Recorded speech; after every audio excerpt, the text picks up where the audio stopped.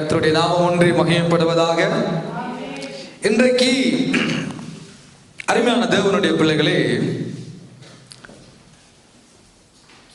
ஆண்டவராகிய இயேசு கிறிஸ்து உயிரோடு எழும்பினார் கடந்த வாரத்திலே என்று நாங்கள் பார்த்தோம். ஏன் ஆண்டவர் உயிரோடு எழும்பினார் என்று சொல்லி, இன்றைக்கு அந்த உயிர் தெழுந்த ஆண்டவராகிய இயேசு கிறிஸ்து முதலாக யாருக்கு தரிசனமானார்? முதலாக மகதலேனா மரியாள் என்று சொல்லுகிறதான அந்த ஸ்திரீக்கு ஆண்டவர் தன்னை வெளிப்படுத்திய விதம் பரிசுத்த வேதாகமங்களில் நமக்கு ஆண்டவர் எழுதி வைத்துள்ளார். இன்றைக்கு நான் சீடர்களுடைய வாழ்க்கையில ஆண்டவர் அநேக தடவைகள் அவர்களுக்கு தன்னை உயிரோடு இருக்கிறவராக காண்பித்திருந்தாலும் கூட 1, 2, 3 என்று சொல்லி சீடர்களுக்கு இயேசு கிறிஸ்து வெளிப்படுத்தின அந்த 3 சம்பவங்களிலே 3 விதமான காரியங்களை இன்றைக்கு இந்த காலை பொழுதுல நானும் நீங்களும் கற்றுக்கொள்ள இருக்கிறோம். கர்த்தருடைய ஆவியானவர் நம் அனைவருக்கும் அனுக்கிரகம் பாராட்டுவாராக. பல தடவைகள் ஆண்டவராக இயேசு கிறிஸ்து அவர்களுக்கு தரிசனமானாலும் கூட இன்றைக்கு ஒரு 3 தடவைகள் ஒன்றன் பின் ஒன்றாக அவர்களுக்கு தரிசனமான அந்த அடிப்படையில் 3 தரிசனங்களை இன்றைக்கு நாங்கள் பார்க்க ஆண்டவர் நமக்கு அனுக்கிரகம் செய்வாராக. ஆக முதலாவதாக நாம் திருப்பிக் கொள்வோம். யோவான் எழுதின சுவிசேஷ புஸ்தகம் 20வது அதிகாரத்துக்கு நேராக அந்த வேதாகமங்கள் திருப்பினவர்களாக 19வது வசனத்தை நாங்கள் வாசிக்க கேட்போம். 19வது வசனத்தை வாசியுங்கள். வாரத்தின் முதல் நாளாகிய அன்றைய தினம் சாயங்கால வேளையிலே சீசர்கள் கூடியிருந்த இடத்தில் யூதர்களுக்கு பயந்ததினால் கதவுகள் பூட்டி இருக்கையில் இயேசு வந்து நடுவே நின்று உங்களுக்கு சமாதானம் என்றார். ஹல்லேலூயா. ஆண்டவராகிய இயேசு கிறிஸ்து முதலாக உயிரோடு எழும்பின ஆண்டவராக இயேசு கிறிஸ்து வாரத்தின் முதல் நாள் என்று சொல்லப்படுகிற ஞாயிற்றுக்கிழமை ஆண்டவராக இயேசு கிறிஸ்து உயிரோடு எழும்பினார். அன்றைக்கு உயிரோடு எழும்பின அன்று சாயங்கால வேளையில ஆண்டவராகிய இயேசு கிறிஸ்து சீடர்களை சந்திக்கிற ஒரு காட்சியை இங்கே வேதாகமம் நமக்கு காண்பித்து கொடுக்கிறது. யாரை சந்திக்கிறார்? எல்லா சீடர்களையும் ஆண்டவராகிய இயேசு கிறிஸ்து சந்திக்கிறார். அந்த இடத்துல பார்க்கிற பொழுது வேதம் தெளிவாக நமக்கு சொல்லுகிறது, இயேசுவின் சீடர்களுக்குள் ஒரு விதமான பயம் அவர்களை சூழ்ந்து கொண்டது. சரிதானே? என்ன வந்திருந்தது அவர்களுக்கு? ஒரு விதமான பயம். எப்படிப்பட்ட பயம்? யூதர்களுக்கு பயம், மனிதர்களுக்கு பயப்படுகிற ஒரு நிலைமையை நாங்கள் இங்கே பார்க்கிறோம். பிரியமானவர்களே, ஏன் பயப்பட வேண்டும்? ஏனென்றால் இவர்கள் பின்பற்றியதான அந்த இயேசு, இவர்கள் யாரை பின்பற்றினார்களோ, யாரோடு சகவாசம் வைத்துக் கொண்டார்களோ, யாரோடு 3 வருடங்கள் சுற்றி திரிந்தார்களோ, அந்த முக்கியமான அந்த குழுவினுடைய தலைவராக இருந்த இயேசுவை யூதர்கள் பிடித்து என்ன செய்து விட்டார்கள்? கொலை செய்து விட்டார்கள். அப்படியானால் தலைவர் அவுட் ஆகிவிட்டார், அடுத்தது எங்களுடைய தலையும் போகிறது என்ற ஒரு பயத்தில் அடுத்ததாக எங்களை போட்டு தள்ள போகிறார்கள், அடுத்ததாக எங்களை பிடிக்க போகிறார்கள், எங்களை கொலை செய்ய போகிறார்கள், எங்களுக்கும் அப்பேற்பட்ட சிலுவை மரணங்களை ஒருவேளை எங்களுக்கும் தந்து விடுவார்களோ என்ற ஒரு பயத்தில் இயேசுவின் சீடர்கள் இப்பொழுது கதவை பூட்டி விட்டு வீட்டுக்குள்ளே இருக்கிறதான ஒரு நிலைமையை இங்கே வேதம் நமக்கு காண்பித்து கொடுக்கிறது.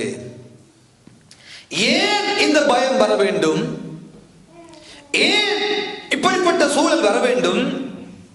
ஆண்டவரோடு இருந்தவர்கள் அல்லவோ, ஆண்டவரால் அற்புத அடையாளங்களை கண்முன்னே பார்த்தவர்கள் அல்லவோ, இவர்களும் ஊழியங்களை செய்கிற பொழுது இவர்களை கொண்டும் கர்த்தர் பிசாசுகளை துரத்தினார், இவர்களை கொண்டும் கர்த்தர் பெரிய காரியங்களை காரியங்களை செய்தார்.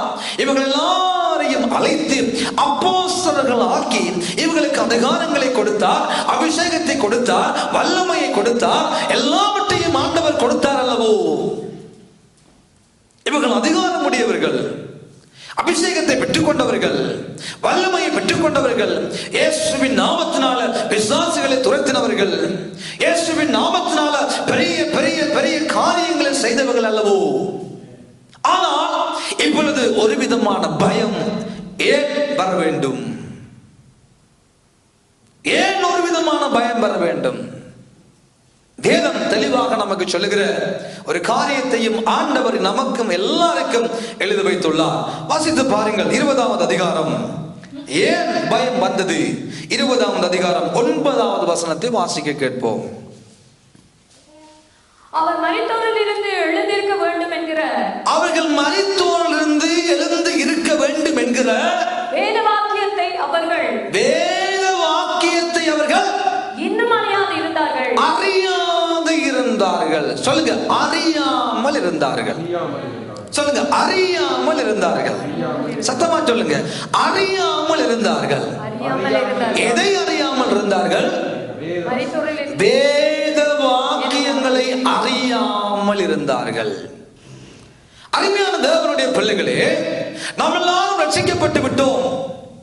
ஆவியின் அனுபவத்துக்குள்ளாக நடக்கிற பிள்ளைகள், அந்நிய வாசையை பேசுகிற பிள்ளைகள், ஆண்டவருக்காக ஊழியங்களையும் செய்கிற பிள்ளைகள். ஆனால் நம்முடைய வாழ்விலும் ஏன் ஒரு விதமான பயம், ஏனம்மா ஒரு விதமான குழப்பம், ஏன் ஒரு விதமான கவலை, கண்ணீர், துக்கம் என்று வருகிறது என்று ஒருவேளை நாமே திரும்பி பார்ப்போமானால் ஆண்டவருடைய வார்த்தையை மறக்கிற பொழுது, தேவன் நமக்கு சொன்னதான தேவனுடைய வாக்கு தத்தங்களை மறக்கிற பொழுது, தேவன் நம்மை குறித்து முன்குறித்ததான அநேக தீர்மானங்களை எத்தனையோ தடவைகள் ஆண்டவர் தெளிவாய் நமக்கு உணர்த்தி உணர்த்தி உணர்த்தி நம்மோடு பேசி பேசி பேசி நம்மை தைரியப்படுத்தினார். நாம் விழுந்து போற நேரங்களில் நம்மை தூக்கிவிட்டார். நாம் ஐயோ இந்த வாழ்க்கை வேண்டாம் ஆண்டவரே, போதும் அப்பா என்னை எடுத்துக்கொள்ளும் என்று புலம்பின நேரங்களில் அவருடைய பலன் நம்முடைய பலவீனத்தில் கூட இருந்து நம்மை கிருபையாய் உயர்த்தி நடத்தி கொண்டு வந்ததையும் வாக்கு தத்தங்களையும் மறக்கிற தேவனுடைய பிள்ளைகளுடைய வாழ்க்கையில முதலாவது பிசாசால் கட்டவிழ்க்கப்படுகிறதான ஒரு காட்சி என்னவென்றால் பயம். பயம். எப்பொழுது வாக்கு தத்தங்களை மறக்கிறீர்களோ, எப்பொழுது தேவன் உங்களுக்கு சொன்ன வாக்கு தத்தங்களை மறக்கிறீர்களோ, உங்களை கொண்டு ஆண்டவர் செய்வேன் என்று சொன்னதை மறக்கிறீர்களோ, ஆண்டவர் தைரியமாய் நம்மோடு பேசிய வார்த்தைகள் நாம் மறக்கிற பொழுது நம்மை அறியாத ஒரு விதமான பயம் நம்முடைய வாழ்க்கையை சூழ்ந்து கொள்ளும். அறியாமையினால் ஆண்டவர் சொல்லுகிறார், ஓசியா தீர்க்கதரிசியின் மூலமாக, என் ஜனங்கள் அறியாமையினால் சங்காரமாகிறார்கள், அறியாமையினால் சங்காரமாகிறார்கள். வேதம் சொல்லுகிறது, கர்த்தருடைய வார்த்தை எப்படிப்பட்டது? எல்லா மனிதர்களையும் விடுதலையாக்க கூடியது. சத்தியத்தையும் அறிவீர்கள், சத்தியம் உங்களை விடுதலையாக்கும். விடுதலையாக்கக்கூடிய வார்த்தை.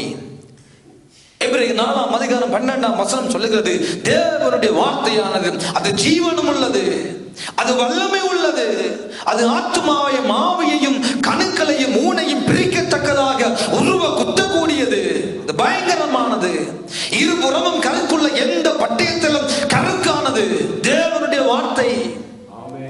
ஆனா தேவனுடைய பிள்ளைகளாகிய நானும் நீங்களும் நமக்கு ஜீவனை உண்டாக்கக்கூடிய வல்லமையுடைய இந்த தேவனுடைய வார்த்தையை மறக்கிற தேவனுடைய பிள்ளைகளுடைய வாழ்க்கையில முதலாவது வருகிற ஒரு காரியம், கதவுகளை பூட்ட ஆரம்பித்து விடுவார்கள். வீட்டு கதவுகளை பூட்ட ஆரம்பித்து விடுவார்கள். ஒரு விதமான ஒரு தனிமையை விரும்புவார்கள்.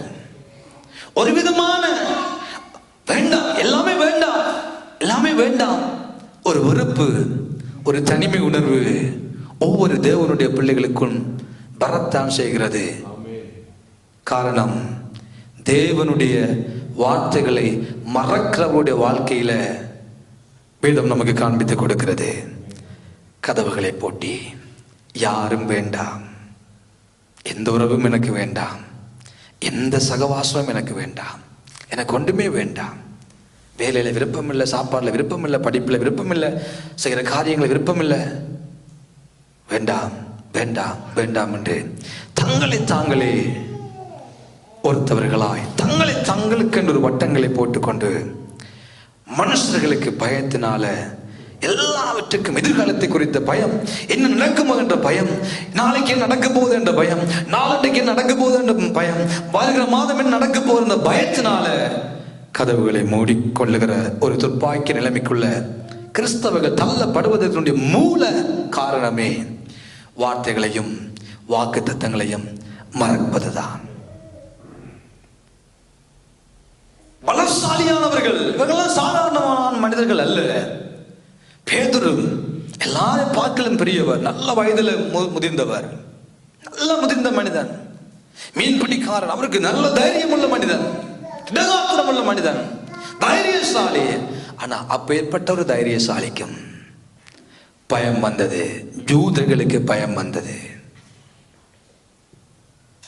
இயேசுவை பிடிக்க வந்த பொழுது கத்தியை எடுத்து காதி வெட்டின ஒரு பலசாலி, பயங்கர பலசாலி. ஆனா ஒரு பயம் வந்தது. ஏன் பயம்? தேவனுடைய வாக்குத்தத்தங்களையும் வார்த்தைகளையும் மறக்கிற பொழுது நம்மை முதலாவது சூழ்ந்து கொள்வது ஒரு விதமான பயம். வேதம் நமக்கு தெளிவாக காண்பித்து கொடுக்கிறது. பயத்தினால, யூதர்களுக்கு பயந்ததினால சாயங்கால வேளையில கதவுகள் எல்லாவற்றையும் பூட்டிக் கொண்டு ஒருவர் அவுட் ஆயிட்டார். நமக்கு தெரியும் யூதாஸ். இப்பொழுது 10 பேர் இருந்து கொண்டிருக்கிறார்கள். தோமா கொஞ்சம் வெளியால பிஸியா போயிட்டா. 10 பேரும் பிஸியாக 10 பேர் இருக்கிறார்கள். ஆனா பயம். காரணம், அந்த 10 பேருமே ஆண்டவர் சொன்னத ஞாபகத்துல இல்ல. ஒரு ஆள் இல்ல, 2 பேர் இல்ல, 3 பேர் இல்ல, அம்மா 10 பேரும் தேவன் அவர்களுக்கு சொன்னதான வார்த்தைகளை குறித்ததான அறிவு இல்லை, அறியாமை யாருக்குமே இல்லை. 10 பேரும் கதவை போட்டி கொண்டிருக்கிற பொழுது என் அருளாத தெய்வம், என் அருளாத இயேசு பூட்டப்பட்ட கதவுக்கு உள்ள வந்து தரிசனமாகிறார். ஏன்?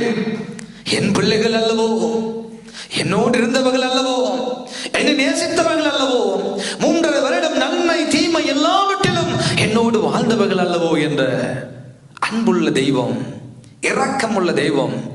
பயத்துல என் பிள்ளைகள் வாழக்கூடாது. கதவை பூட்டி விட்டு மற்றவர்களுக்கு பயந்து இப்படியே பயந்து வாழ்ந்து விடக் கூடாது. பயம் ஒரு பொல்லாத ஆவி. பயம் ஒரு மனிதனை கொன்றுவிடும். பயம் ஒரு மனிதனுடைய வாழ்க்கையை குட்டிச்சோறாக மாற்றிவிடும்.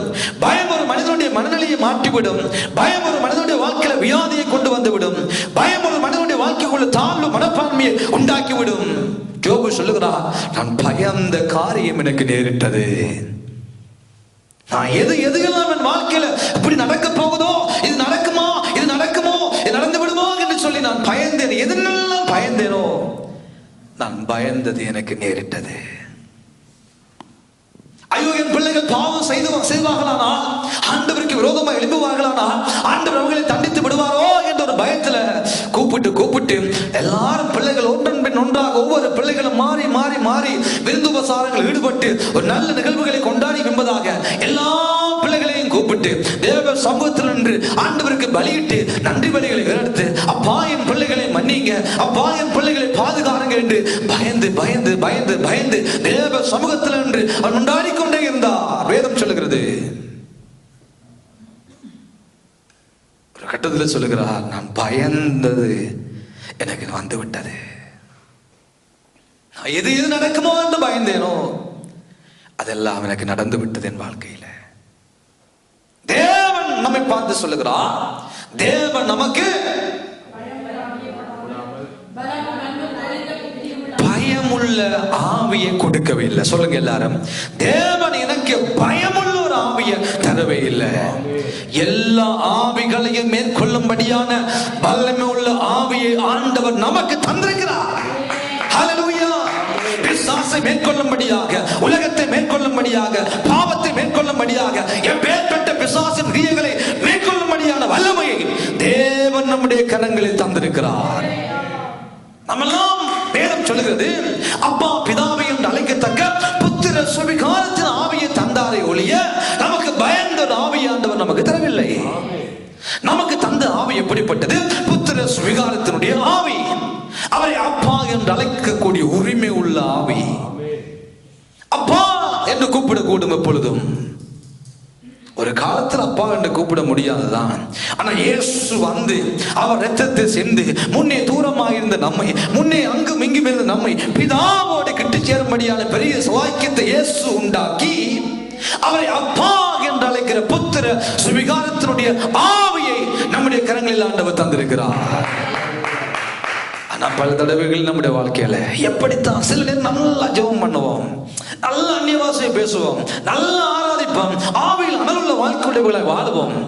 ஆனா ஒரு குறிப்பிட்ட வியாதி வேதனை பலவீனம் வந்த பொழுது எல்லாம் புசுக்கண்டு போயிடும், எல்லாம் போயிடும். வாக்குத்தத்தை மறந்துடும், ஆண்டவர் சொன்னது மறந்துடும், ஆண்டவர் நமக்கு என்று சொன்ன வாக்குத்தத்தை மறந்துடும், அவர் தந்த எத்தனையோ தைரியமான வார்த்தைகள் மறந்துடும். நம்முடைய வாழ்க்கையிலும் சில நேரங்களில் வாக்கு தத்தங்களை மறக்கிறபடியினால, தேவனுடைய வார்த்தையை மறக்கிறபடியினால, ஒருவேளை இப்படிப்பட்ட சூழ்நிலைகளை நம்ம வாழ்ந்து கொண்டிருந்தாலும் கைவிடாதவர் நம்முடைய ஆண்டவர், கைவிடாதவர் நம்முடைய தெய்வம். என்ன செய்தார்? ஐயோ என் பிள்ளைகள் அந்தரிக்கிறார்கள், ஐயோ என் பிள்ளைகள் கதவை பூட்டி விட்டு தவிக்கிறார்கள், யூதர்களுக்கு பயந்து கதவை பூட்டி விட்டு வாழுகிறார்கள், எவ்வளவு நாளைக்கு இவர்கள் இப்படி வாழப் போகிறார்கள், எப்பவே நான் போக வேண்டும் என்று சொல்லி உயிர் தெளிந்த அன்றைக்கு சாயங்காலமான அதே இயேசு இன்றைக்கு நம்மோடு இருக்கிறார். நம்முடைய நிலைமையை மாற்ற அவரால் கூடும், நம்முடைய சூழ்நிலைகளை மாற்ற அவரால் கூடும். சூழலும் சூழ்நிலைகளும் நிரந்தரம் அல்ல, நிரந்தரமானவர் நம்முடைய ஆண்டவர். அவரால் எல்லா சூழ்நிலையை மாற்றவரால் கூடும், எல்லா சூழ்நிலையும் அவருக்கு சாதகமாக மாற்றவும் கூடும், அதை பாதகமாக மாற்றவும் எல்லாம் அவருடைய கையில் இருக்கிறது. அப்படிப்பட்ட ஒரு ஆண்டவர் எந்த நிலைமையில் நாம் இருந்தாலும் நம்மை வெறுக்காதவர், நம்மை ஒதுக்காதவர். சீடர்கள் மறந்து விட்டார்களே, நாம் சொன்னதை மறந்து விட்டார்களே என்று நல்லா பட்டு தெளியட்டும் என்று பார்த்து கொண்டு நிற்கிறவர் அல்ல, மறந்தாலும் ஓடி வந்து தன்னை வெளிப்படுத்தி நான் இருக்கிறேனப்பா, உங்களுக்கு ஷாலோம். இதுதான் நம்முடைய ஆண்டவர். அவர்களுடைய பயத்தையும் அவர்கள் தேவனுடைய வாக்கு தத்தங்களை மறந்ததை மறுபடியும் நினைப்பூட்டும்படியாகவும் முதலாவதாக இயேசு அவர்களுக்கு தரிசனம் ஆனார். இது முதலாவது. இப்பொழுது தோமா வெளியே கொஞ்சம் பிஸியா போயிட்டார். இயேசு வந்த பொழுது தோமா இல்ல. தோமா வந்த பொழுது தோமாக்கு சொல்லுகிறாங்க, தோமா உனக்கு விஷயம் தெரியுமா? நாங்க இயேசுவை பார்த்தோம் ஐயா, கர்த்தரை பார்த்தோம், கர்த்தரை நான் பார்த்தேன். எல்லாரும் சொல்லுகிறார்கள், 10 பேரும் என்ன சொல்லுகிறார்கள்? கர்த்தரை உண்மையா பார்த்தோம், எங்களுக்கு கண்ணால கர்த்தரை பார்த்தோம், நாங்க கண்டம் பேதுருவே, கண்டம் தோமா. பேதுரு சொல்லுகிறார், அந்திரியா சொல்லுகிறார், யாக்கோபு சொல்லுகிறார், யோவான் சொல்லுகிறார், எல்லாரும் சொல்லுகிற பொழுது தோமா சொல்றான், இல்ல நான் ஒருவரையும் நம்ப மாட்டேன், நான் கண்ணால பார்க்கணும், அவருக்கு இந்த கையில் ஆணிகளால் உண்டான காயத்தை நான் பார்த்து கைக்குள்ள என்னுடைய விரலை விட்டு பார்க்கணும், நான் கண் பார்க்கணும், என்னுடைய விரல் வந்து அவருடைய கையில் ஏற்பட்ட காயத்துக்குள்ள போகணும், என் கை வந்து அவருடைய விழாவுக்குள்ள போகணும். என்ன சொல்லுகிறா? கண் பார்க்கணும், விரல் அந்த கையில காயத்துக்குள்ள போகணும், என் கை வந்து அந்த விழாவுக்குள்ள குத்தினாங்களே அந்த வீட்டியால, பெரிய வீட்டியால, பெரிய ஓட்டையா தானே இருக்கும், அதுக்குள்ள கையை போட்டு பார்க்கணும், அப்பதான் நான் நம்புவேன். எப்ப நம்புவேன்? இதெல்லாம் நான் செய்தாதான் நான் நம்புவேன். நீங்க ஆறு சொன்னாலும் அதை நான் ஏற்றுக்கொள்றதா இல்லை. என்னதான் சொன்னாலும் நீங்க அண்ணனா இருக்கலாம், தம்பியா இருக்கலாம், கூட பிறந்தவனா இருக்கலாம், ஆறாவது இருந்துட்டு போங்க பரவாயில்ல, ஆறு சொன்னாலும் நான் நம்பவே மாட்டேன். என்னதான் சொன்னாலும் நான் நம்புறதா இல்லை. யாரு சொல்லுகிறா? தோமா. எல்லா சீடர்களிலும் எனக்கு ஓரளவு பிடித்த ஒரு கதாபாத்திரமாக இந்த தோமா காண்பிக்கப்படுவதற்கு ஒரே ஒரு காரணம். யோவான் 11வது அதிகாரம் 16வது வசனத்தை வாசித்து பாருங்கள். நல்ல ஒரு கரெக்டரான தோமா, நல்ல ஒரு கரெக்டர். யோவான் 11:16. 11:16. அப்பொழுது திதிமு எனப்பட்ட தோமா மற்ற சீசர்களை நோக்கி அவரோட கூட மரிக்கும்படி நாமும் போவோம் வாருங்கள் என்றார். எல்லாம் போவோம் என்று தைரியப்படுத்த ஒரு பலசாலி. என்ன பயம் தெரியுமா? எருசலேமுக்கு போன பொழுது யூதர்கள் எல்லாரும் கல் எடுத்துட்டாங்க, எல்லாரையும் போட்டு தள்ள ஒரு மாதிரி அங்கே எஸ்கேப் ஆகி வந்துட்டார்கள். இப்ப ஏன் சொல்ற, வாங்க வாங்க அங்க போகணும், பெத்தானியா அங்க போகணும். ஏனென்றால் லாசரு, நம்முடைய நண்பன் மாத்தாள் மரியாதை சகோதரனாகிய லாசரு சாக போறான், வாங்க போவோம். அப்ப எல்லாரும் சொல்றார்கள், ஆண்டவரே வேண்டாம் இந்த வீர விளையாட்டு, போனா எங்களுக்கு கட்டாயம் தெரியும், சத்தியமா எங்களுக்கு கல்லா எடுத்து அடிச்சு எங்களை பிடிச்சி கல்லா அறிஞ்சு கொண்டு கொலை செய்து போறாங்க, எல்லாரும் போட்டு தள்ள போறாங்க. வேண்டாம், பெத்தானியாவும் வேண்டாம், மாத்தாள் மரியாதை வீடும் வேண்டாம், லாசரும் வேண்டாம், என்னென்னாலும் செய்யட்டும், வேண்டாம். ஏன் சொல்லுங்க, வாங்க போவோம். ஏசு ஆரம்பத்தில் சொன்னார், அவன் நித்திரையா இருக்கிறான், வாங்க போவோம்ட்டு. அதுக்கு சொன்னாங்க, நித்திரையா இருந்தா எழுப்புவான் தானே, வாசிச்சு பாருங்க வீட்டில் போய், நித்திரையா இருந்தா எழுப்புவோம், நாங்க போய் அவன் நித்திரை டிஸ்டர்ப் பண்ணணும்ட்டார்கள். பிறகு கொஞ்சம் சொல்லுகிறான், கொஞ்சம் நேரத்துக்கு பிறகு, ஐயா அவன் செத்து போயிட்டானப்பா, வாங்க நம்ம எல்லாம் போவோம். இல்ல ஆண்டவரே, நோ நோ நோ, அங்க போன நமக்கு ஆப்பு, நமக்கெல்லாம் வேணாம், அந்த ஊழியம் வேண்டாம், அதை நிப்பாட்டுங்க, செத்தா செத்துட்டு போட்டும், வேண்டாம். எல்லாரும் அதைரியமான வார்த்தைகளை பேசிக்கொண்டு இவன் இயேசுடைய ஊழியத்துக்கே தடையாக வந்து விட்டார்கள். இயேசு கிரியை செய்வதற்கும் தடையாக வந்து நிற்கிறார்கள். இயேசு போய் லாசரை எழுப்புவதற்கு எல்லாரும் தடையாக வந்து நிற்கிறார்கள். வேண்டாம், இயேசுவும் போக கூட, நாங்களும் போக கூடாது, வேண்டாம் இயேசுவே, வேண்டாம் இயேசுவே, வேண்டாம் இயேசுவே. அப்போ ஒரு தைரியவான் இந்த தோமா தான், யாருமே இல்லை, எழுப்பி சொல்லுகிறான் இயேசுவை பார்த்து, எல்லாரும் சொல்ற, அவரோடு கூட என்னத்துக்கு போறோம், அவரோடு கூட சாலத்துக்கு வெள்ளாம்பா. 12 கோடியை தூக்கி எங்கடா 5 அப்பமும் 2 மீனை கொடுத்து ஆசை உதச்சி மிஞ்சினதை அள்ளி போட்டு தின்றதுக்கு மட்டும் நம்ம போக கூடாது. எப்படா மிஞ்சி மட்டும் பார்த்து அதெல்லாம் அள்ளி போட்டு கொண்டு போய் போ கூட இருக்கிற சாப்பிடறதுக்கு மட்டும் போக கூடாது, சாகிறதுக்கு வாங்கலாம். இப்படியே தைரியமான வார்த்தை வச்சு பாருங்க. ஆறாவது விருப்பம் வருமா? இப்ப ஆண்டவர் ஒரு வேளை செக்கினாவை பார்த்து ஆம்பிரிக்காவுக்கு ஊழியத்துக்கு போக சொல்றார். அங்க போன மனுஷரே கட்டிக்கு தின்ற ஒரு இடமா இருக்குது, போச்சுன்னா போவீங்களா? அப்படிதான் தலை ஆட்டுது. அதே செக்கினாவை பார்த்து கொழும்புல அம்மம்மா இருக்கிற இடத்துல அழகான ஒரு சபையை ஆரம்பியண்டா சொல்லி அடுத்த நாள் ஆண்டவர் சொல்றாரா, பிசாசு சொல்லுதா, ஆக்க சொல்றாரு, எல்லாம் பார்க்க மாட்டான், விட்டானீங்க, நான் போயிட்டு வரேன், பாய் சூஸ். அங்க வீடு இருக்குது, அம்மா இருக்கணும், சொந்த பந்தம் இருக்கணும், நல்ல சாப்பாடு கிடைக்கும், உடனே வலிக்கிடுவீங்க. என்ன யோசிக்க பாருங்க, சாக போறாங்க. தோமாண்ட அப்படி வீரமான ஒரு வார்த்தை, அவரோடு கூட சாகரத்துக்கும் பா, எல்லாம் பா. பேதுருவும் பிடிச்சு, அந்திரியா பிடிச்சு, யாக்கோபு எல்லாம் பாங்கடா.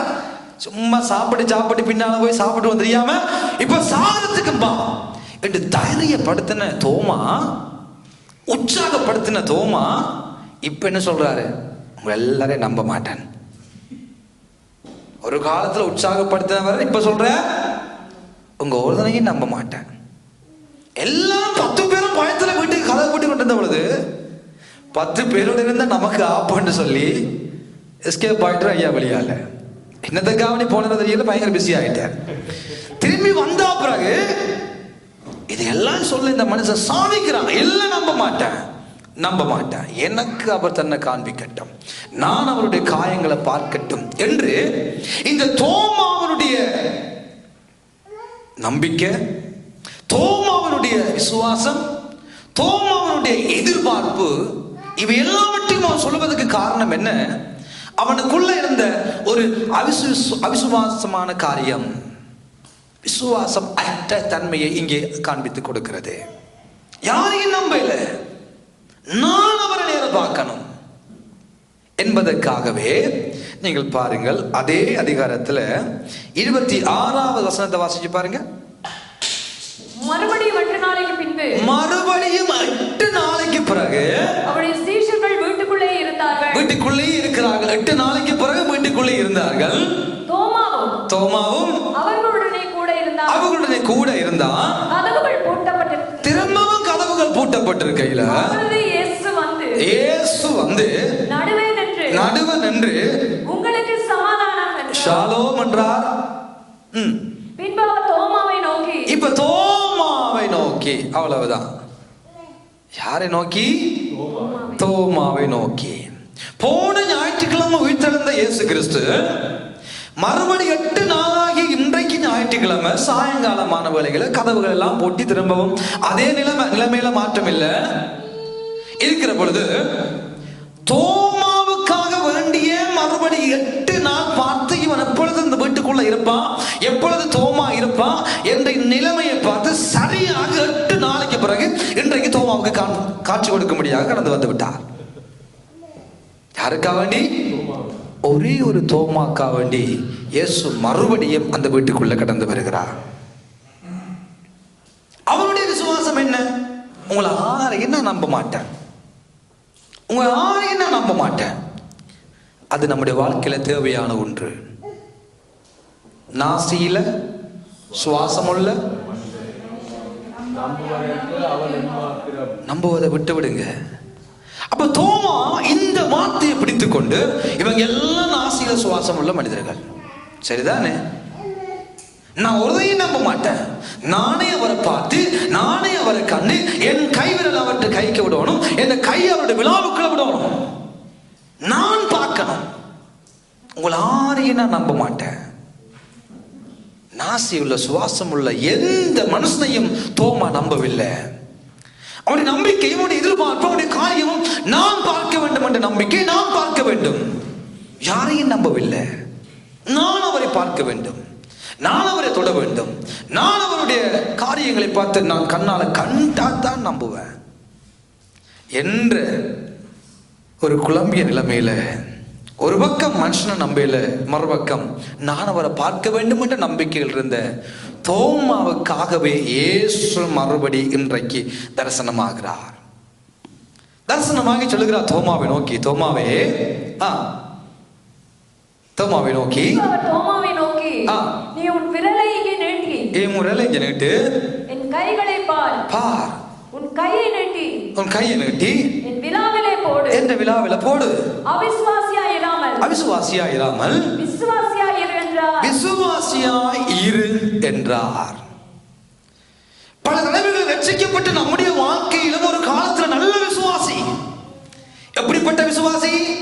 சாகவும் ரெடி ஆண்டவருக்காக, இரத்த சாட்சியாக போகவும் ரெடி, அடித்தாலும் அந்த அடியை வாங்க ரெடி, ஆண்டவருக்காக அப்படி, ஆண்டவருக்காக இப்படி என்று வைராக்கியம் பாராட்டி ஓடின எத்தனையோ பேர் இன்றைக்கு அந்த மைதானத்துல இல்லை, அந்த ஓட்ட பாதையில இல்லை. அவர்கள் ஓடின ஓட்டங்களில் ஆட்களே காணவில்லை. ஒரு காலத்துல விசுவாசி, ஒரு காலத்துல தைரியசாலி, ஒரு காலத்துல பலசாலி, எப்படியாவது ஆண்டவரை பார்க்க வேண்டும், எப்படியாவது ஆண்டவரோடு பேச வேண்டும், ஆண்டோட முகத்தை தரிசிக்க வேண்டும் என்று சொல்லி ஆண்டவருக்காக எதையும் இழக்க ஆயத்தம் என்ற நிலைமையில வாழ்ந்த எத்தனையோ பேர் இன்றைக்கு இப்ப இல்ல அநேகர். ஆனா ஒரு காலத்துல வைராக்கியம் பாராட்டினவர்கள், ஒரு காலத்தில் ஆண்டவருக்காக சாதித்த பெரிய சாதனையாளர்கள், ஒரு காலத்தில் அநேகரை திட்டப்படுத்தி, அநேகரை பலப்படுத்தி, சபைகளுக்கு ஆசீர்வாதமாய், ஊழியர்களுக்கு ஆசீர்வாதமாய், தேவ ராஜ்யத்துக்கு ஆசீர்வாதமாக வாழ்ந்தவர்கள் அம்மா இன்றைக்கு இல்ல.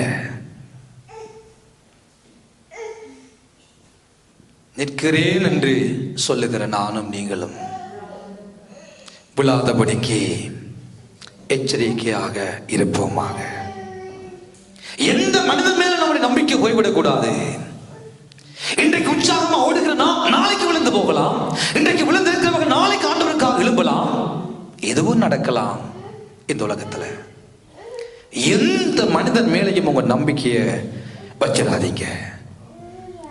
அது வயது கூடின பேதுருவாக இருக்கலாம், கூட இருந்து ஊழியங்களில் ஒத்தாசை செய்கிறவர்களா இருக்கலாம். இது யார் வேண்டுமென்றாலும், அது யாராய் வேண்டுமென்றாலும் நம்முடைய வாழ்க்கையில் இருக்கலாம். எந்த மனுஷன் மேலையும் உங்களுடைய கண்களை வைச்சு விடாதீங்க. இப்ப பெரிய தீர்க்கதரிசி, ஆனா நாளைக்கு என்ன நடக்கும் என்று நமக்கு தெரியாது அல்லவோ.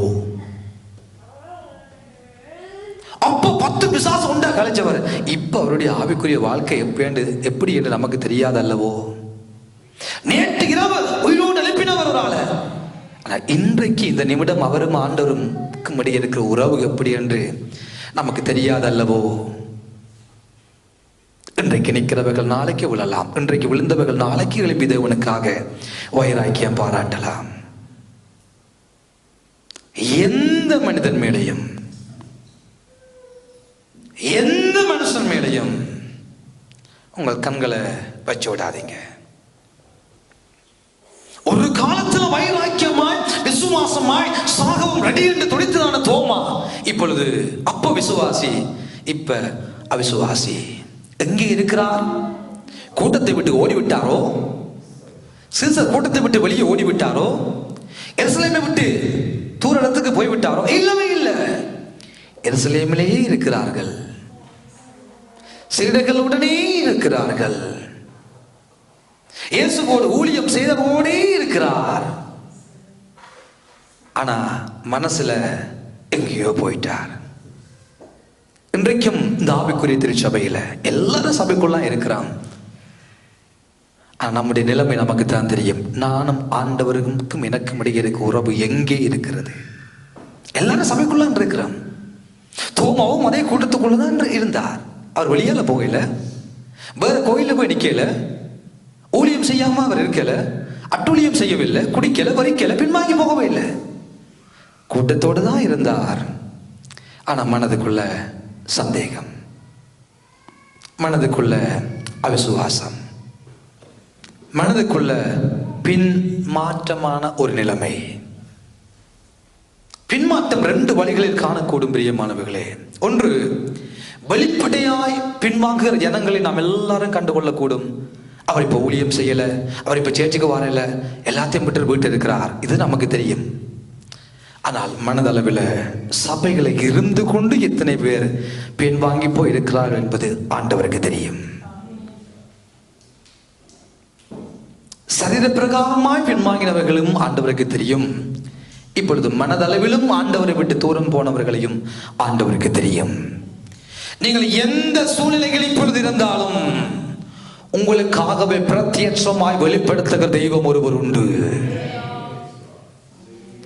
விசுவாசமாய் ஒருவேளை இருக்கலாம் தேவனுடைய பிள்ளைகளே, அவிசுவாசமாய் வாழ்ந்து கொண்டிருக்கலாம். எந்த சூழ்நிலையில நீங்கள் இருந்தாலும் உங்களை புறம்பே தள்ளாதவர், புறம்பே தள்ளாத ஒரு நல்ல ஆண்டவர், நம்மை ஒதுக்காத நல்ல ஒரு தெய்வம், நமக்காகவே தன்னை காண்பிக்கும்படியாக எப்படி தோமாவுக்கு பிரத்யட்சமாய் வெளிப்படுத்தி தோமாவே என்று பேர் சொல்லி அழைத்தாரோ, அதே அன்புள்ள தேவனை நானும் நீங்களும் ஆண்டவராக கொண்டிருக்கிறோம் என்றால் பாக்கியவான்கள், பாக்கியவதிகள். பிரியமானவர்களே, எத்தனை தடவை நாங்கள் கூட விழுந்து விழுந்து எழுப்பினோம், விழுந்து விழுந்து மனதளவில் ஐயோ வேண்டாம், ஆண்டவருக்கு நமக்கு இடையே நல்ல உறவில்லை, நல்ல ஜெபம் இல்லை, நல்ல வேத வாசிப்பு இல்லை, நல்ல உபவாசம் இல்லை, எத்தனை தடவை அவரை விட்டு தூரம் போனோம் மனதளவில். ஆனா இன்றைக்கு இருக்கிறோம் கிருபையினால, இப்ப இருக்கிற ஆலயத்துக்குள்ள கிருபையினால, எங்களை தேடி வந்ததினால், எங்களை தெரிந்து கொண்டதினால், அவருடைய அன்பை நமக்கு வெளிப்படுத்தியதினால், அவருடைய கிருபையினால ஓடுகிறோம் ஓடுகிறோம். இன்னும் ஓட கிருபை பாராட்டுவாராக. 2வது, எந்த சூழ்நிலையில் நாங்கள் இருந்தாலும், நாங்கள் அவரை நேசிக்க மறத்தாலும் நம்மை நேசிக்கிறவர் நம்மை கைவிடவே மாட்டார். சந்தேகத்தோடு அவிசுவாசத்தோடு ஆண்டவர் சொன்ன வார்த்தைகள், வாக்கு தத்தங்கள் ஒரு காலத்தில் விசுவாசித்த நாம் இப்பொழுது அவிசுவாசமாய் வாழ்ந்து கொண்டு இந்த மதிய ஒளி தேவ சமூகத்துக்குள் இருந்தாலும் நமக்கு சொல்லுகிறார் ஆண்டவர், நான் உன்னை மறக்கல, நான் உன்னை வெறுக்கல, நான் உன்னை ஒதுக்கல. அப்படிப்பட்ட ஒரு ஆண்டவர் தான் எனக்கும் உங்களுக்கும் உண்டு.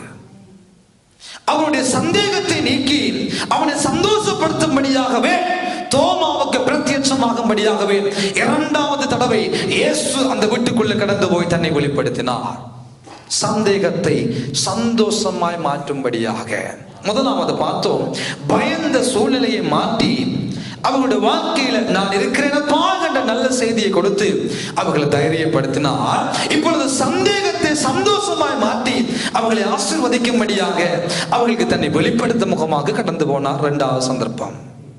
மூன்றாவதாக 21வது அதிகாரம் வேதம் நமக்கு சொல்லுகிறது. 21வது அதிகாரம் யோவான், வாசியுங்கள். 4வது வசனத்தை வாசிக்க கேட்போம். விடிய காலமான போது இயேசு கரையில நின்றார். அவரை இயேசு என்று சீஷர்கள் அறியாதிருந்தார்கள். அவரை இயேசு என்று சீஷர்கள் அறியாமல் இருக்கிறார்கள். போதும். இயேசு விடிய காலமான பொழுது, நல்ல அழகான சம்பவம். விடிய காலமான பொழுது அம்மா கடற்கரைகளை தேடி போகிறார் என் தெய்வம். விடிய காலமான பொழுது எப்படா முடியும் என்று பார்த்து கொண்டிருந்து தன்னுடைய சீஷர்களுக்காக கடற்கரைகளை தேடி போகிறார். கிட்டத்தட்ட 3 கிழமை அல்லது 4 வாரங்களுக்குள்ளே சம்பவம் நடந்திருக்க வேண்டும். வேதம் தெளிவாக சொல்லுகிறது. 21ஆம் அதிகாரத்திலே 14வது வசனம் சொல்லுகிறது, இயேசு மரித்தோரிலிருந்து எழுந்த பின்பு தம்முடைய சீஷருக்கு அருளின தரிசனங்களில் இது 3வது தரிசனம். எத்தனாவது தரிசனம்? 3வது தரிசனம். முதல் தடவை உயிரோடு எழும்பின இயேசு அதே சாயங்காலமான பொழுது சந்திக்கிறார், தோமா இல்லாத பொழுது. இரண்டாவதாக மறுபடி 8 நாளைக்கு பின்பதாக தோமாவை சந்திக்கிறார். இப்பொழுது 3வதாக திபேரியா கடற்கரையில இயேசு தம் சீடர்களை சந்திக்கிறார். வேதம் சொல்லுகிறது, விடிய காலமான போது இயேசு கடற்கரையில் நின்றார். கடற்கரையில போய் நிற்கிறார். விடிய காலமான பொழுது கடற்கரையில இயேசுவை தேடி போகிறார். நிலைமை என்ன தெரியுமா? நன்றாய் இருந்தவர்கள் எல்லா சீடர்களுக்கும் பார்க்கிறார்கள். 3வது 8 நாளைக்கு பின்பதாக சீடர்கள் வருவார்களா என்று பார்த்து கொண்டிருக்கிறார்கள். இயேசு வரவும் இல்லை, ஒன்றும் சொல்லவும் இல்லை. என்ன செய்ய வேண்டும் என்று இவர்களுக்கு தெரியவில்லை. அடுத்த கட்டம் என்ன செய்கிறது? தங்கள் சொந்த ஊர்களுக்கு போவதா, ஊழியங்களை செய்வதா, எங்க போகிறது, என்ன செய்வது யாருக்கும் தெரியவில்லை. பார்க்கிறார்கள். 3வது 8 நாளைக்கு பிறகு இயேசு வருவாரா என்று பார்த்தார்கள். இயேசு வரவில்லை. தாங்களாக தீர்மானத்தை எடுக்கிறார்கள். என்ன? பேதுரு எல்லாரும் இருக்கிறவர்கள் சொல்லுகிறார், நான் மீன் பிடிக்க போகிறேன். இப்பொழுது மீன் பிடிக்க போய்விட்டார். 2வது தரிசனமான கடைசி பகுதியில் வாசிக்கிற பொழுது வேதம் நமக்கு சொல்லுகிறது, அவர் எல்லாரையும் கூப்பிட்டு இவர்களுக்கு பரிசுத்த ஆவியையும் கொடுத்தார் என்று வேதம் சொல்லுகிறது. பரிசுத்த ஆவியானவரை கொடுத்தார். பரிசுத்த ஆவியை பெற்றவர்கள், இயேசு தரிசனமாகி தைரியப்படுத்தினவர், சந்தேகத்தை மாற்றினவர், உயிரோடு இருக்கிறவராக தன்னை மறுபடியும் இவர்களுக்கு காண்பித்து கொடுத்த பின்பதாகவும் என்ன நடக்கிறது? மீன் பிடிக்க போய்விட்டார்கள். கிட்டத்தட்ட 7 பேர், வேதம் சொல்லுகிறது 7 பேர், இந்த பேதுருவோடு சேர்த்து 7 பேர் மீன் பிடிக்க போய்விட்டார்கள். எல்லாரையும் கூட்டிக் கொண்டு போய்விட்டார்.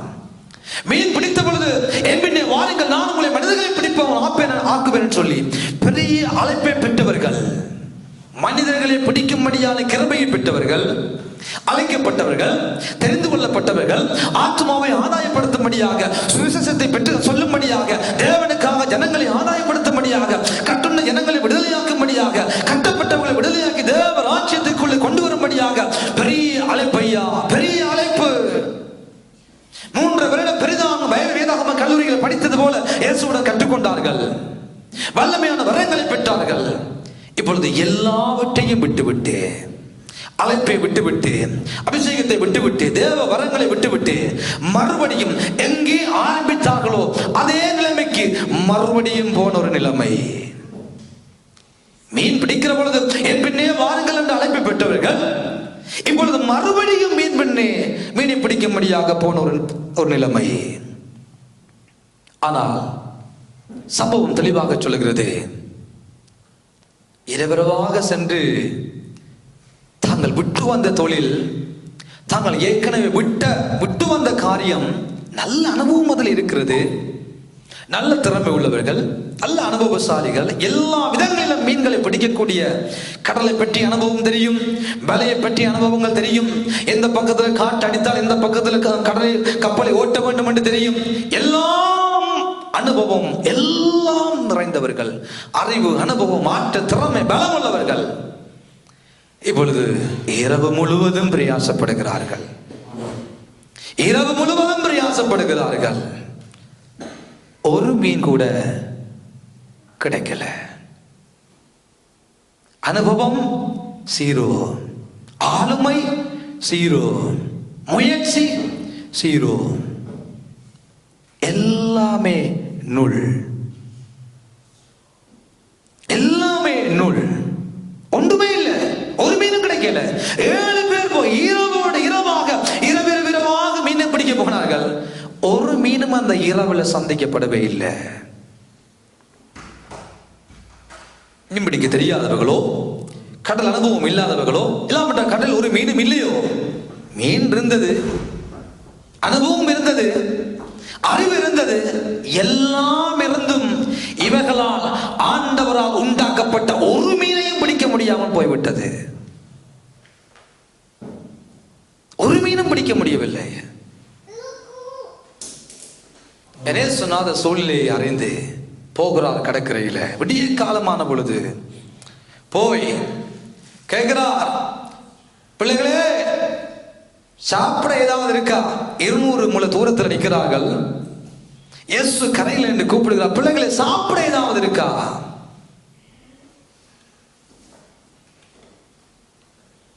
கிடைக்கல. உங்க வலைய வலதுபுறமாக போடுங்க, அவ்வளவுதான். யாரு சொல்லுகிறார், எவர் சொல்லுகிறார்? ஒன்றுமே தெரியுதில்லை, ஒன்றுமே தெரியுதில்லை. இவர்களுக்கு தெரியவில்லை யார் சொல்லுகிறார் என்ற அந்த செய்தி தெரியவில்லை. இயேசுவா என்று கூட தெரியுதில்லை. யாருடைய சத்தம் என்று கூட சத்தத்தை கூட புரிந்து கொள்ள முடியவில்லை. 3 வருடங்கள் இயேசுவோடு வாழ்ந்தவர்களுக்கு இயேசுவை சத்தத்தை கூட புரிந்து கொள்ள முடியவில்லை. ஏனென்றால் கடற்கரையில் கடலின் அலைகள், கடலில் வருகிற காற்றலைகளுடைய சத்தங்கள், எல்லா சத்தத்தோடும் இயேசுவின் சத்தமும் வருகிறது. பிள்ளைகளே சாப்பிட ஏதாவது இருக்கா? இல்ல. வலதுபுறமாக வலையை போடுங்க. உடனே கீழ்ப்படுகிறார்கள். இயேசு என்று தெரிந்து அல்ல, இயேசு என்று தெரியாமலே இப்பொழுது அந்த வார்த்தைக்கு கீழ்ப்படியும்படியான ஒரு சூழல் உருவாகிறது. தேவனை விட்டும், ஊழியத்தை விட்டும், விசுவாசத்தை விட்டும், தேவ வாக்குத்தத்தங்களை விட்டும் வெளியே போகி நாம் எதையாவது சாதித்து விடலாம் என்று நினைக்கிற நம்மை பார்த்து ஆண்டவர் சொல்லுகிறார், இரவிரவாக நீ மீன் பிடிக்க போனாலும் ஒரு மீனும் உனக்கு கிடைக்காது. இரவிரவாக பிரயாசம் பண்ணலாம், அனுபவம் தோல்வி, அறிவு தோல்வி, முயற்சி தோல்வி, சரீர பிரகாரமான முயற்சி தோல்வி, தோல்வி, தோல்வி, தோல்வி. ஒரு மீனும் இல்லை, ஒரு மீனும் கிடைக்கல. ஒரு விரக்தி, ஒரு சமாதானமின்மை, ஒரு குழம்பிய சூழல், ஐயோ வெறுமை. இப்படிப்பட்ட வெறுமை உணவுகள் பின்வாங்கி போகிற ஒவ்வொரு தேவனுடைய பிள்ளையுடைய வாழ்க்கையிலும் வரும். அப்பொழுது யார் எதை சொன்னாலும் தலையாட்டுகிற ஒரு நிலைமை நம்முடைய வாழ்க்கையில வரும். அப்படிப்பட்ட நிலைமைதான் இவர்களுக்கு வந்தது. இரவிரவாக முயற்சி செய்து ஒன்றும் கிடைக்கவில்லை. இப்போ ஒரு சத்தம் வருது, வலதுபுறமாக வலையை போடு. யார சொல்லுகிறார்? கட்டாயம் கீழ்ப்படிய வேண்டுமோ? அது யார் என்று யாருக்கும் ஒருவருக்கும் தெரியவில்லை. உடனே அந்த சத்தத்தை கேட்டு செய்கிறார்கள். நம்முடைய வாழ்க்கையில் அப்படிப்பட்ட நிலைமைகள் வரும் பிரியமானவர்களே. ஒரு விரக்தி, ஒரு சோர்வு, எதை சொன்னாலும் ஓம் என்று செய்கிற நிலைமைகள் நம்முடைய வாழ்க்கையிலும் வரும். ஆனா இயேசு இதுல இருந்தபடியினால தப்பிட்டார்கள். ஒருவேளை பிசாசு சத்தம் இருந்திருந்தா நிலைமை படுமோசமான மாறி இருக்கும். நிலைமை பரிதாபமாக மாறி இருக்கும். நிலைமை இன்னும் இருந்ததை விட இன்னும் மோசமான நிலைமைக்கு தள்ளி இருக்கும். அதுதான் ஒவ்வொரு மனிதனுடைய வாழ்க்கையிலும் வருகிற விரக்தி, வெறுப்பு. ஆண்டவரை விட்டு தூரம் போகிற பொழுது, தேவ வார்த்தையை விட்டு தூரம் போகிற பொழுது, தேவனை விட்டு தூரம் போகிற பொழுது, தேவனுடைய காரியங்களை விட்டு தூரம் போகிற பொழுது, அழைக்கப்பட்ட அழைப்பை விட்டு தூரம் போகிற பொழுது, தெரிந்து கொள்ளப்பட்ட தெரிந்துகளை விட்டு தூரம் போகிற பொழுது, தேவனுடைய அபிஷேகத்தை விட்டு தூரம் போகிற பொழுது, தூரம் போக போக போக போக வருகிற நிலைமையினுடைய கடைசி கட்டம் இதுவாகத்தான் இருக்கும்.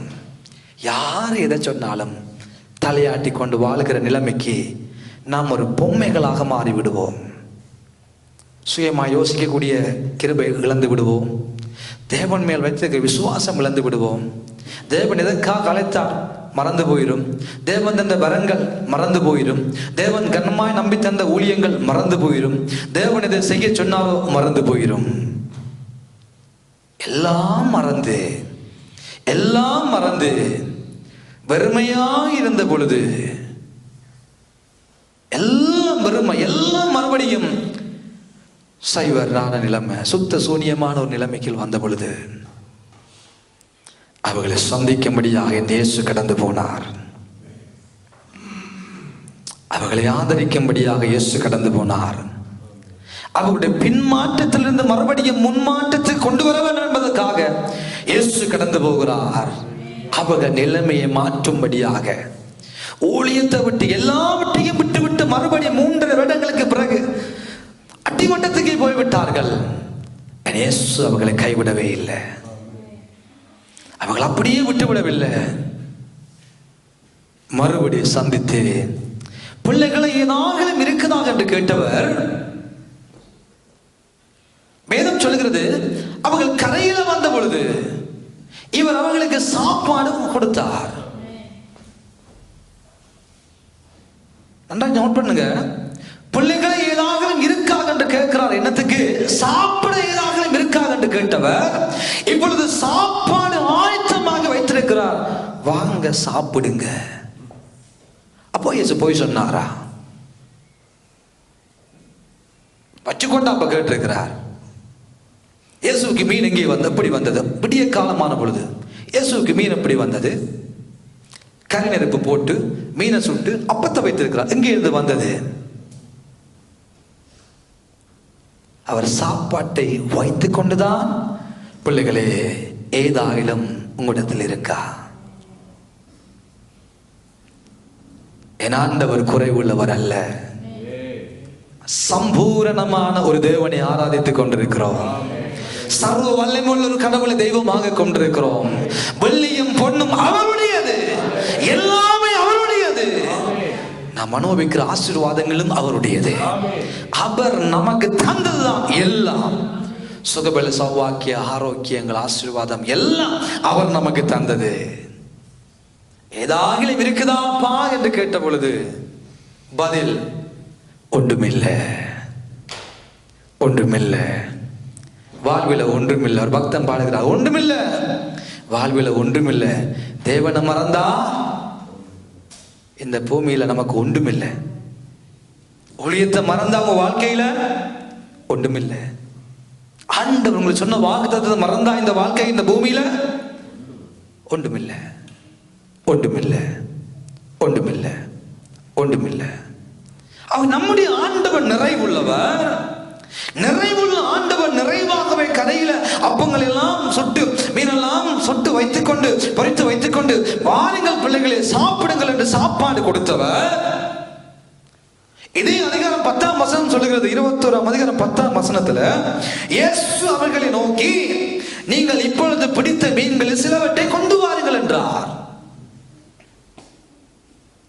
நீங்கள் பிடித்த மீன்களில் சிலவற்றை கொண்டு வாருங்கள். 153 பெரிய மீன்கள் எப்படி வந்தது? இயேசுடைய வார்த்தைக்கு கீழ்ப்படிந்தபடியினால் அந்த ஆசீர்வாதங்கள் வந்தது. பிள்ளைகளை, நீங்கள் இப்பொழுது வைத்திருக்கிற ஆசீர்வாதங்கள், உங்கள் படிப்பா இருக்கட்டும், உங்கள் வேலையா இருக்கட்டும், உங்கள் வருமானங்களா இருக்கட்டும், உங்கள் ஆரோக்கியமா இருக்கட்டும், அவை எல்லாமே ஆண்டவரால் நமக்கு வந்தது. ஒரு ஆமென், ஒரு அல்லேலூயா ஒன்றுமில்லை. எல்லாம் ஆண்டவர் நமக்கு தந்தது.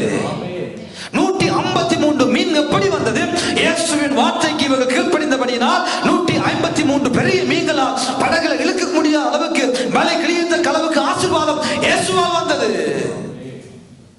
இயேசுவை விட்டு தூரம் போன பொழுது வறுமை, இயேசுவின் வார்த்தைக்கு தெரிந்தோ தெரியாமலோ கீழ்ப்படிந்த பொழுது பெருமைப்படத்தக்க விதமான ஆசீர்வாதங்கள், உயர்வுகள், கனங்கள், இழுக்க முடியாதபடிக்கு ஆசீர்வாதம் இரவிரவாக ஒன்றுமில்லை. ஒரே ஒரு மனிதனாகிய இயேசுடைய வார்த்தையை, ஆண்டவராகிய இயேசுவின் வார்த்தையை கீழ்ப்படிந்த பொழுது அது இயேசுவோ இயேசு இல்லையோ என்று தெரிந்தோ தெரியாமலோ தெரியாமல் கீழ்ப்படிந்தபடினால் அந்த வார்த்தைக்குள்ள இருந்த அற்புதம் பெரிது, வல்லமை பெரிது, கனம் பெரிது, உயர்வு பெரிது. இயேசுவால் கிடைக்கப்பட்டதான அந்த ஆசீர்வாதங்களை சொல்லுகிறார். பிள்ளைகளே, உங்கள்கிட்ட இருக்கிற மீன்களில சிலவற்றை கொண்டு வாருங்க, சிலவற்றை கொண்டு வாருங்க, சிலவற்றை கொண்டு வாருங்க. தசமபாகத்தை பண்டசாலையில சேருங்க. தாளந்துகளை தேவனுக்காக பயன்படுத்துங்க. உங்க திறமைகள் கொஞ்சத்தை அப்படி நாமத்தின் மகிமைக்காக பயன்படுத்துங்க. அவர் இல்லை என்பதற்காக அல்ல, அவரிடம் இல்லை என்பதற்காக அல்ல. நிறைவுள்ள ஆண்டவரிடம் எல்லாம் நிறைந்திருக்கிறது. ஆனா அவர் விரும்புகிறார், அவருடைய ராஜ்யத்துல நமக்கு அவர் போட்ட பிச்சையில ஒரு கொஞ்சத்தை கொடுக்க வேண்டும் என்று எதிர்பார்க்கிறார். ஏன் தெரியுமா? நம் அனைவரையும் கனப்படுத்த, உங்க எல்லாரையும் கனப்படுத்த, உங்க எல்லாரையும் உயர்த்த வேண்டும் என்ற ஆசை அவருக்கு இருக்கிறது. தனியே தான் மட்டும் சாப்பாட்டை போட்டுட்டு அனுப்பாம எங்களுடைய பங்களிப்பையும் அதுல செலுத்துகிற பொழுது அதுல எங்களுக்கு கனத்தை, எங்களுக்கு மதிப்பை, எங்களுக்கு உயர்வை, எங்களுக்கு செல்வாக்கை, எங்களுக்கு புகழ்ச்சியை உண்டாக்கும்படியாக மாத்திரம்தான் நம்முடைய சிலவற்றை இந்த மதிய வேளையில் ஆண்டவர் எதிர்பார்க்கிறார். ஆனா அந்த சிலவற்றை கூட கொடுப்பதற்கு நம்ம படுகிற பாடு இருக்கு, நாய்படாத பாடு. சிலவற்றை இந்த காலை பொழுதில் ஆண்டவர் எதிர்பார்க்கிறார். ஹலோ, இன்றைக்கு 100 ஆண்டுகளுக்கு முன்பதாக நாம் ஒருவரும் இருக்கவில்லை. தேவராஜ்யம் இருந்தது, சபை இருந்தது, சுவிசேஷம் அறிவிக்கப்பட்டது, ஜனங்கள் விடுதலையாக்கப்பட்டார்கள், தேவனின் தேசம் கண்டு கொண்டது, பெரிய வல்லமையான காரியங்களை ஆண்டவர் தேவராஜ்யத்துக்குள்ள செய்தார். இன்னும் ஒரு 100 வருஷத்துல நாம் இருக்க போறது இல்லை. நாங்க இல்லாம போனாலும் ஆண்டவருடைய வருகை தாமதிக்குமான சபை இருக்கும், தேவராஜ்யம் இருந்தே தீரும். ஆனா நமக்கு இருக்கிற இந்த கொஞ்ச காலத்துல, இந்த மதிய வேளையிலே உங்கள் வாழ்க்கையில உங்களால் கொடுக்கத்தக்க சிலவற்றை ஆண்டவர் இந்த மதிய வேளையில் எதிர்பார்க்கிறார். ஆனா அதை கொடுக்கவே நமக்கு பெரிய இது. ஆண்டவர் தந்த அந்த பலத்தை, ஒரு கொஞ்சம் பலத்தை ஆண்டவருக்கு, ஆண்டவர் தந்த ஆசீர்வாதங்கள் கொஞ்சத்தை அந்த ஆண்டவருக்கு, ஆண்டவர் தந்த திறமையில் ஒரு கொஞ்சத்தை அவருடைய நாம மகிமைக்காக, ஆண்டவர் தந்த தாளங்கள் ஒரு கொஞ்சத்தை அவருடைய நாமத்தை மகிமைக்காக பயன்படுத்த கூட எவ்வளவோ பாடுபடுறோம். அந்த கொஞ்சத்தை கொடுத்துட்டும் அதுக்கு மேலால என்ன கனப்படுத்தணும், என்ன மதிக்கணும், என்ன கனப்படுத்தணும், என்ன கௌரவிக்கணும், என்ன பற்றி பேசணும். என்னையா உன்னை இப்படி பேசுவதற்கு உன்னுடைய காரியமா? அவர் தந்தது 153 மீன் அவர் கொடுத்தது, உங்கள் தாளந்துகள் அவர் கொடுத்தது, உங்களுடைய வேலை அவர் தந்தது, உங்களுக்கு அந்த வருமானம் அவர் தந்தது, உங்களுக்கு இருக்கிற சுகம் அவர் தந்தது. அவர் தந்ததுல அவருக்கு கொடுக்க நமக்கு என்ன பிரச்சனை? சிலவற்றை கொடுக்கிறதுக்கு என்ன பிரச்சனை? அதை கொடுக்காம இன்னும் கஞ்சனா இன்னும் பிசினத்தனம் பிடித்துக் கொண்டிருந்தா பிசின் நம்முடைய வாழ்க்கையில வந்தே தீரும்.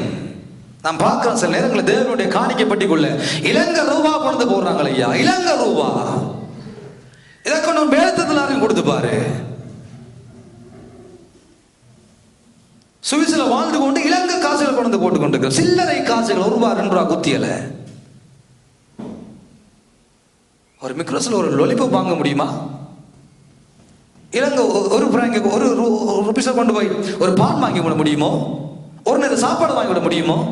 இவன் ஒரு பேப்பரை கூட வாங்கி விட முடியுமோ? நம்ம ஆண்டவருக்கு கொடுக்கிற அந்த சிலவற்று சில்லறைகளை புறக்குவோம். அதுவும் இலங்கை சில்லறை கொண்டு புறக்கிட்டு வந்து பொத்திட்டு கொண்டு வந்து போட்டுட்டு ஓடுறது. கர்த்தரை பார்க்கிறார். அம்மா, நீங்க யாரா இருந்தாலும் பரவாயில்லை, நீங்க எவ்வளவு தூரம் ஆண்டவரை கனப்படுத்துங்கள் என்பது நீங்க கொடுக்கிறதையும் வைத்து தீர்மானிக்க கூடும். ஆண்டவர் கொடுக்கறதுக்கு நம்ம சில்லறையை புறக்கிட்டு வந்து இங்கே தடுமாறி பண்ணிக்க வேணாம். அதை நீங்களே வச்சிருங்க. இலங்கை சில்லறைகளை நீங்களே வச்சிருங்க. இலங்கைக்கு போனால் அங்கே டொபியை வாங்கக்கூடும், அதுவும் வாங்கலாம். அங்கேயும் பிரயோஜனப்படாத அந்த காசை ஆண்டவருக்கு கொடுக்கறதுல கொஞ்சம் உற்சாகமா கொடுங்க. காசுல மட்டும் இல்லை, நேரத்தில் ஆண்டவர் நமக்கு தன் பலத்தை மற்றவனுக்கு பயன்படுத்தலாம், சுவிசேஷத்தை அறிவிக்கலாம், தேவராஜ்யத்துக்கு ஓடி வந்த காரியங்களை செய்யலாம், கர்த்தருக்காக வாயத்தில் அந்த பாடி அவருடைய நாமத்தை துதிக்கலாம், கையை தட்டி அவருடைய நாமத்தை துதிக்கலாம். அந்த சிலவற்றுகளை இந்த மதிய வழியில் ஆண்டவர் எதிர்பார்க்கிறார். அதை கூட கொடுக்க கஷ்டமா இருக்கா? கொடுக்க வேணாம், வீட்டையே நில்லுங்க, பிரயோசனம் இல்லை. ஏன் எதிர்பார்க்கிறார்? சிலவற்றை நம்மை கனப்படுத்த.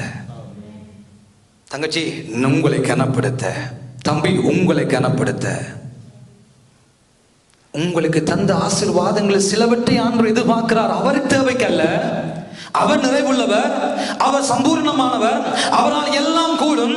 அவரால் கல்லுகளினால் பிள்ளைகளை உண்டாக்க அவரால் கூடும், கழுதையினால் பேச அவரால் கூடும், மீனின் வயிற்றுக்குள்ள யோனாவை காப்பாற்ற அவரால் கூடும். நம்ம தான் 2 பேருமே பாராட்டமாண்டா அடிச்சு வெளியாதைக்கு போட்டு விட்டுருவார். அவர் தந்த கிருபை.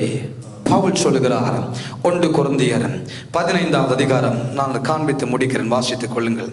1 கொரிந்தியர் 15வது அதிகாரத்திலே 5வது 6வது 7வது வசனமா இருக்க வேண்டும். அழகாக பவுல் அந்த காரியத்தை நமக்கு சொல்லுகிறோம். நம்ம எல்லாருக்கும் அதை ஞாபகப்படுத்திட்டோம். நம்முடைய சிலவற்றை கொடுப்பதற்கு நாம் தடுமாறி கொண்டிருக்கிறோம். வாசிங்கள் 9ஆம் வசனத்திலிருந்து வாசிங்கள். 9, 10, 11. நான் அப்போஸ்தலர் எல்லாரிலும் சிறியவனாய் இருக்கிறேன். தேவனுடைய சபையை துன்பப்படுத்தினதினாலே நான் அப்போஸ்தலன் என்று பெயர் பெறுவதற்கும் பாத்திரன் அல்ல. நான் அப்போஸ்தலன் என்ற பெயரை பெறுவதற்கு கூட நான் பாத்திரன் அல்ல. ஆகிலும் நான் இருக்கிறது தேவ கிருபையினால இருக்கிறேன். அவர் எனக்கு அருளிய கிருபை அவர் எனக்கு அருளின கிருபை விருதாக இருக்கவில்லை. அவர்கள் எல்லாரிலும் நான் அதிகமாய் பிரயாசப்பட்டேன். ஆகிலும் நான் அல்ல, என்னுடனே இருக்கிற தேவனுடைய கிருபையே அப்படி செய்கிறது. நான் அல்லம்மா, நான் அல்ல, என்னுடனே இருக்கிற தேவனுடைய கிருபை அப்படி செய்கிறது. யார் சொல்லுகிறார்? பவுல். பல மொழிகளில் தேர்ச்சி பெற்ற ஒரு மனிதன், பரிசேயன், வேதத்தை பற்றி எல்லாம் தெரியும், ஆண்டவரால் பயன்படுத்தப்பட்ட பெரிய பாத்திரம். நான் அல்ல, எல்லாமே பார்க்கிறோம், நான் பிரயாசப்பட்டதுதான்.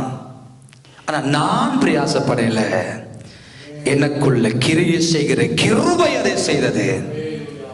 ஹல்லேலூயா. ஆனா சில நாம் என்ன செய்கிறோம்? நான் அப்படி செய்தேன், நான் இப்படி செய்தேன், நான் அன்றைக்கு அதை செய்தேன், இன்றைக்கு இதை செய்தேன். நம்ம பேரெடுக்க ஓடி தெரிகிறோம். நிப்பாட்டுங்க, தயவு செய்து நிப்பாட்டுவோம். நாம் இப்படி நிப்பாட்டுவோம். நான் அல்லப்பா, நான் பிரயாசப்பட்டு எல்லாரும் பார்க்கலாம், நல்லதுதான். ஆனா நான் அல்ல, எனக்குள்ள கிரியை செய்கிற கிருபை என்னை அதை செய்ய வைத்தது. சொல்லுங்க எல்லாரும், எனக்குள்ள கிரியை செய்கிற கிருபை அதை செய்ய வைக்கிறது. எனக்குள்ள கிருபை செய்கிற கிருபை அதை செய்ய வைக்கிறது. இனியும் செய்ய வைக்க போதுமானதா இருக்கட்டும் உங்கள் வாழ்க்கையில. நம்முடைய திறமை அல்ல, நம்முடைய தாளந்து அல்ல, நம்முடைய அறிவு அல்ல, நம்முடைய அனுபவம் அல்ல, நமக்கு இருக்கிற அது இது அல்ல, கிருபை. கிருபை நமக்குள்ள அந்த கிருபை கிரியை செய்யுமானால் பெருமை வேலை செய்யாது. எப்பொழுது பெருமை வேலை செய்யுதோ கிருபை வேலை செய்யாம போயிடும். கிருபை வேலை செய்ய வேண்டுமா, பெருமை வேலை செய்ய வேண்டுமா? நாங்களே தீர்மானத்தின் மூலம் ஆசீர்வாதங்களை பங்கடைவோமாக. எல்லாம் பாடக்கூடிய கிருபை வந்துட்டா, தளர்ந்து வந்துட்டா, நான் இல்லப்பா, அவர் என்ன கொண்டு செய்கிறார். நல்ல பிரசங்கிற கிருபை வந்துட்டா, நான் இல்லப்பா, நான் ஒரு வெறும் பாத்திரம். இன்றைக்கு இருக்கிற பாத்திரம் நாளைக்கு விழுந்து போகலாம், இன்றைக்கு இருக்கிற பாத்திரம் நாளைக்கு இல்லாம போகலாம், உடைஞ்சு போகலாம், பலதாக போகலாம், என்னவும் இந்த பாத்திரத்துக்கு நடக்கலாம். நான் இல்ல, எனக்குள்ள கிருபை செய்கிற அந்த கிருபையே இந்த கிரியை செய்த என்று சொல்லுவோம். நான் அப்படி செய்த, நான் அப்படி செய்கிறேன், நான் அதை செய்கிறேன், நான் கதையை போடுறேன், நான் மெக்க போட்டுறேன், நான் வீட்டை கூட்டுறேன், நான் சத்தியமான கலவுறேன், நான் அதை செய்கிறேன். வேண்டாம் அம்மா, வேண்டாம் ஐயா. செய்து போட்டு சொல்லி காட்டுவோமா? நான் தேவையில்லை தேவராஜ்யத்துக்கு. சொல்ல வேண்டியது ஒன்றே ஒன்று, புகழ வேண்டியது ஒன்றே ஒன்று. கிருபையினாலும் சத்தியத்தினால் நிறைந்தவராய் நமக்குள்ள வாசம் பண்ணுகிறவர் தான் நம்முடைய ஆண்டவர். அந்த வாசம் பண்ணுகிறவர் கிருபையினாலும் சத்தியத்தினாலும் நிறைந்தவராய் நமக்குள்ள வாசம் பண்ணுகிறபடினால் நாம் சொல்ல வேண்டியது, கிருபையினாலும் சத்தியத்தினாலும் நிறைந்தவர் நமக்குள்ள இருந்து அவர் தான் கிரியை செய்கிறார். அந்த கிரியை எதன் மூலம் வருகிறது? கிருபையின் மூலம் வருகிறது. நான் பிரயாசப்படுகிறேன், நான் ஓடுகிறேன், நான் பிரயாசப்படுகிறேன், உண்மைதான். நான் பிரயாசப்படலப்பா, எல்லாரும் பார்க்கல, நான் பிரயாசப்படல, நான் ஓடல, நான் சபைகளை ஸ்தாபிக்கல, நான் சுவிசேஷம் அறிவிக்கல, என் மூலமா நான் கிரியை நடப்பிக்கல. என் மூலமாக கிரியை செய்த அந்த கிருபை தான் அப்படி செய்ய பண்ணியது என்று சொல்லி பவுல் தெளிவாய் சொல்லுகிறார். அந்த உணர்வு, அந்த உத்வேகம் நாம் கொடுக்கிற சிலவற்றின் மூலமாக சொல்ல பழகிக் கொள்வோமாக. நாம் கொடுக்கிற சிலவற்றை நம் தேவனுக்கு கொடுக்கிறோம், ஏதாவது சிலவற்றை கொடுத்து கொண்டிருக்கிறோம். அதை கொடுத்து விட்டு பெருமை வராதபடிக்கு கிருபையை பற்றி பேச பழகிக் கொள்வோமாக. ஏன் ஆண்டவர் சந்திக்கிறார்? திபேரியா கடற்கரையில் ஏன் சந்திக்கிறார்? பின்வாங்கி போனவர்களை மறுபடியும் தேவ ராஜ்யத்துக்குள்ள கொண்டு வந்து நிலைநிறுத்தி அப்போஸ்தலர் 2ஆம் அதிகாரத்துக்கு முன்பதாக பெரிய சாதனையாளர்களாய் மாற்றும்படியாகவே இயேசு அந்த திபேரியா கடற்கரைக்கு கடந்து போனார். சாதனையாளர்களாக, சாதிக்கிறவர்களாக, அவர்களுடைய நிழல்கள் பட்ட பொழுது மறைத்தவர்கள் எழும்பினார்கள், வியாதிகள் சுகமாகியது. அவர்களுடைய பெல்ட்டை கழட்டி கொண்ட எந்த வியாதி சக மேல போடுகிறார்களோ அவர்கள் சுகமானார்கள். அவர்களுடைய பிரசங்கத்தை கேட்ட பொழுது 3000, பிரசங்கத்தை பேசிய பொழுது 5000 பேராக கொத்து கொத்தாக ரட்சிக்கப்பட்டார்கள். அப்படிப்பட்ட பெரிய சாதனையாளர்களாக மாற்றும்படியாக வேதனையின் மூலமாக வந்து விரக்தியில் பின்வாங்கி போய் மறுபடியும் தாங்கள் விட்டு வந்த தொழிலை, விட்டு வந்த காரியங்களை செய்து கொண்டிருந்த பொழுது கர்த்தர் சொன்னார், உங்களை மீன் பிடிக்கும்படியாக அழைக்கவில்லை, உங்களை அழைத்ததின் பிரதான நோக்கம் மனிதர்களை பிடிக்க வேண்டும். உங்கள் பிரசங்கத்தின் மூலம் 3000, 5000 ரட்சிக்கப்பட வேண்டும். உங்கள் மூலமாக மரித்தவர்கள் உருவம் எழும்ப வேண்டும். உங்கள் மூலமாக தேவ ராஜ்யம் பலமாய் கட்டப்பட வேண்டும் என்பதற்காகவே என் ஆண்டவர் திபேரியா என்னும் கடற்கரையில் பின்வாங்கி போன சீடர்களை சந்திப்பாரானால், இன்றைக்கு அதே உயிர்த்தெழுந்த என் ஆண்டவராக இயேசு கிறிஸ்து உங்கள் வாழ்க்கையில் எப்பேற்பட்ட பின்மாற்றங்கள், எப்பேற்பட்ட சோர்வுகள், எப்பேற்பட்ட மனமணிவுகள், எப்பேற்பட்ட நிலைமைகள் நீங்கள் இருந்தாலும் உங்கள் நிலைமைகள் இயேசுவின் நாமத்தினால் மாறுவதாக.